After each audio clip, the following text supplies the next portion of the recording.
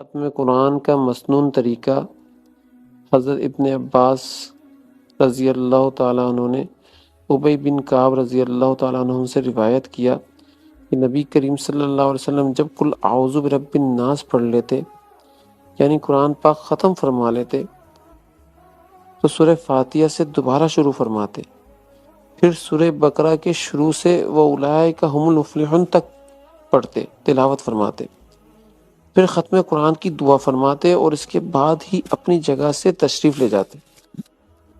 یہ تھا حضور اکرم صلی اللہ علیہ وسلم کا طریقہ، اور دارمی نے اپنی سند کے ذریعے سے روایت ہے، فرماتے ہیں کہ جو قرآن پڑھے پھر دعا کرے اس کی دعا پر 4000 فرشتے آمین کہتے ہیں۔ اور ایک اور حدیث کے اندر ختم قرآن کی بڑی فضیلت ہے۔ حدیث میں ہے کہ جس نے قرآن کو ناظرہ یا حفظ ختم کیا، اللہ تعالیٰ اس کو جنت میں ایسا درخت عطا فرمائیں گے کہ اگر کوئی کوا اس کی جڑ سے اڑنا شروع کرے تو وہ بوڑھا ہو جائے گا مگر پھر بھی اس درخت کی شاخوں تک نہیں پہنچ پا سکے گا۔ اس حدیث شریف میں دوسرے پرندوں کے بجائے کوے کو اس لیے ذکر کیا گیا ہے کہ دوسرے پرندے اکثر کم عمر میں ہی مر جاتے ہیں، ان کی عمریں زیادہ نہیں ہوتی، لیکن کوے کی عمر کے بارے میں یہ اوسطاً کہا جاتا ہے کہ اس کی عمر تقریباً اوسطاً 200-250 برس ہوتی ہے۔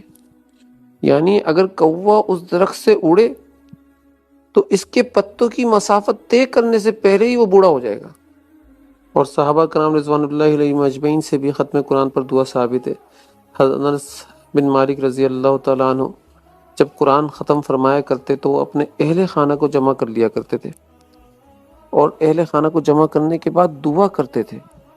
تو بندہ جب بھی قرآن ختم کرے وہ اللہ سے خوب گڑ گڑا کر دعا مانگے، سب سے پہلے اللہ کی تعریف بیان کرے، پھر حضور اکرم صلی اللہ علیہ وسلم پر درود بھیجے، اور پھر اللہ تعالیٰ کی ذات سے مغفرت طلب کرے، خیر و بھلائی کو طلب کرے۔ اور حدیث میں اس موقع کو دعا کی قبولیت کا موقع کہا گیا ہے۔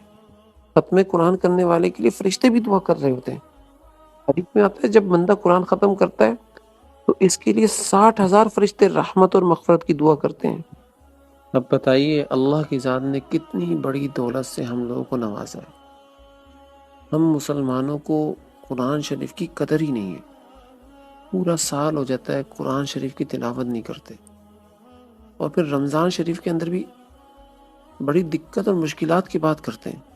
اس لیے ہم لوگوں کو چاہیے کہ اپنا معمول بنائیں روزانہ قرآن شریف کی تلاوت کرنے، ایک پاؤ کر لیں، زیادہ نہیں، ایک پاؤ، تو پورے سال کے اندر 4 دفعہ قرآن شریف ختم ہو جائے گا۔